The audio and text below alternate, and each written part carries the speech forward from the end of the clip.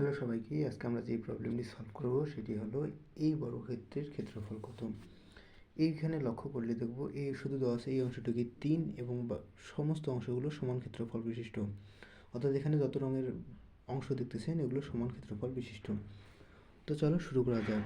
যেহেতু এটি একটি বর্গক্ষেত্র তাই আমরা ধরে নিব যে এই অংশটুকু এক্স এবং এই অংশটুকু এক্স, অর্থাৎ বর্গক্ষেত্রের ক্ষেত্রফল হবে এক্স স্কোয়ার।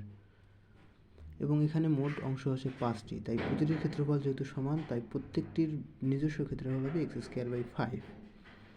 এবার শুধুমাত্র এই অংশটুকুর দিকে আমরা খেয়াল করি। এইখানে একটি বাহু এক্স এবং অপর বাহুটি ধরি বি।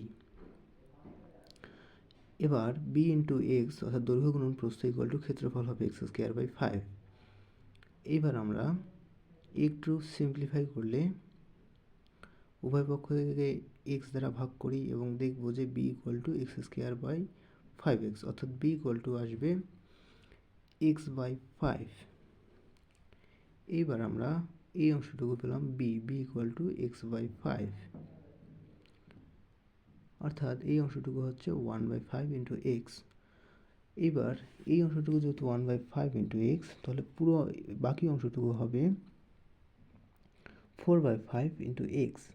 এইবার আমরা লক্ষ্য করি এই অংশটুকুর দিকে।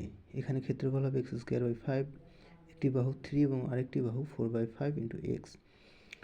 দৈর্ঘ্য গুণন প্রস্থ 4/5 into x into 3 equal to ক্ষেত্রফল এক্স স্কোয়ার বাই 5 আসবে। এবার এটাকে যদি একটু সিম্পলিফাই করি তাহলে আমরা পাবো 12x/5 equal to x square by 5।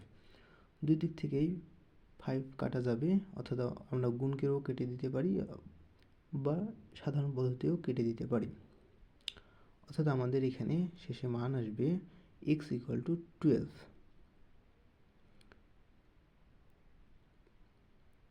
যেহেতু x ইকুয়াল টু 12 তাই আমরা এখন x এর মান বসাবো এবং আমরা জানি বর্গক্ষেত্রের ক্ষেত্রফল ইকুয়াল টু দৈর্ঘ্য গুণন প্রস্থ, অর্থাৎ বাহুর উপর স্কোয়ার।